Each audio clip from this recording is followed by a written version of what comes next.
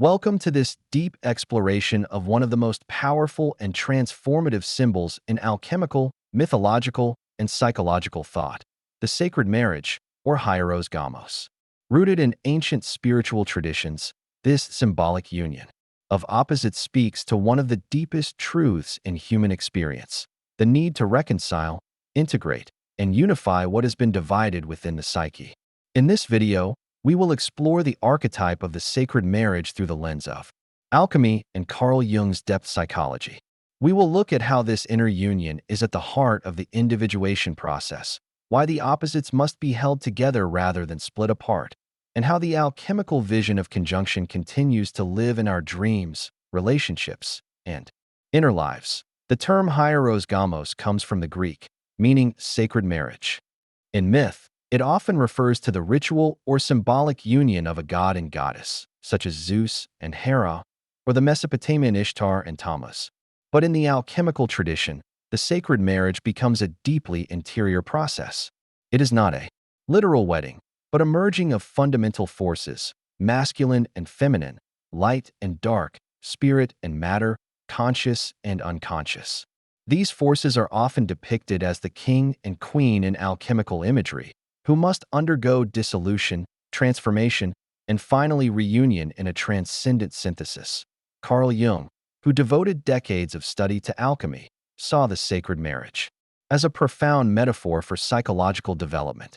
In his words, the alchemists projected the process of individuation into matter. What they called the Coniunctio, the conjunction, was in fact a symbolic representation of the psychic process by which opposites are brought into relationship and ultimately unified. The sacred marriage, then, is the culmination of a long inner journey. It is the rubedo stage of the alchemical work, the reddening, the final integration after the purification of the nigredo and the illumination of the albedo. Jung saw this inner marriage as the goal of individuation, the process by which a person becomes whole. At the beginning of life, and indeed of the psychological journey, we are split. We are identified with one-sided values, rational over intuitive, masculine over feminine, outer over inner. The unconscious holds what we repress or cannot reconcile. But through dream, symbol, active imagination, and self-inquiry, the unconscious begins to speak. It presents us with its images, its stories, its moods. And central among these is the image of the opposite: what we lack, what we fear, what we desire. For men, Jung described the anima as the feminine inner presence, the soul image that often appears in dreams as a maiden, a seductress, a mother, a guide. For women, he described the animus, the masculine inner presence, often experienced as a father, a hero, a judge, or a wise man. These figures are not just fantasy.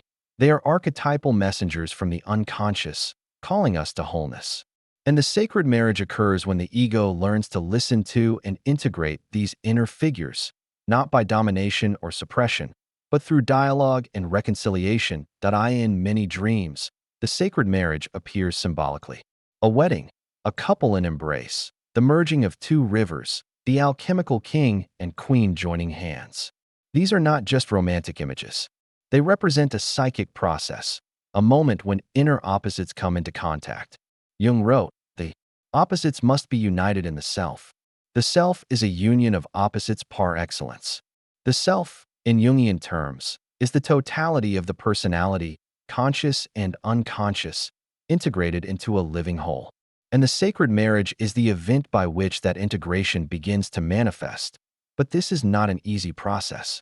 The alchemists knew that the king and queen had to be dismembered, dissolved, purified before they could be united. Likewise, the psychological opposites must be confronted, felt, endured. One must face the shadow, the rejected self. One must confront the tension of paradox, the feeling of contradiction, ambivalence, complexity. Jung often emphasized that the path to individuation is not a path of comfort, but of confrontation. There is no coming to consciousness without pain, he wrote. The sacred marriage is preceded by death, by dissent, by sacrifice. Yet this suffering is not meaningless. It is the labor of love, the dark alchemy of soul. In the sacred marriage, what was once foreign becomes familiar. The inner woman no longer haunts, but inspires. The inner man no longer dominates, but guides. And in relationships, too, this inner work transforms outer patterns. When we are not at war with ourselves, we are less likely to project our inner conflicts onto others. Relationships become not battlegrounds, but crucibles, spaces where real intimacy and mutual growth are possible. Jung also connected the sacred marriage with the religious experience of union with the divine. In Christian mysticism, this takes the form of the soul's marriage to Christ. In Tantra, it is the union of Shiva and Shakti. In alchemy, it is the chemical wedding of sulfur and mercury. Across all these traditions, the union of opposites is the moment of illumination, of wholeness, of transcendence grounded in immanence. Jung observed that this was not a mere metaphor. The psyche experiences this union as a real event, often marked by dreams of fire, light, and rebirth. So what does this mean for us today? In a world increasingly polarized between ideologies, genders, cultures, the sacred marriage offers a different vision. Not one of uniformity, but of integration. Not the erasure of difference, but the holding of difference in relationship. Depth psychology teaches that the soul thrives not in purity, but in complexity. The goal is not to resolve all opposites, but to bear their tension long enough for something new to emerge. The sacred marriage is not just a stage in a medieval laboratory or a romantic ideal. It is a living archetype, a psychological necessity. It calls each of us to inner work, to meet our other, to listen to the unconscious, to allow the alchemical fires to do their work.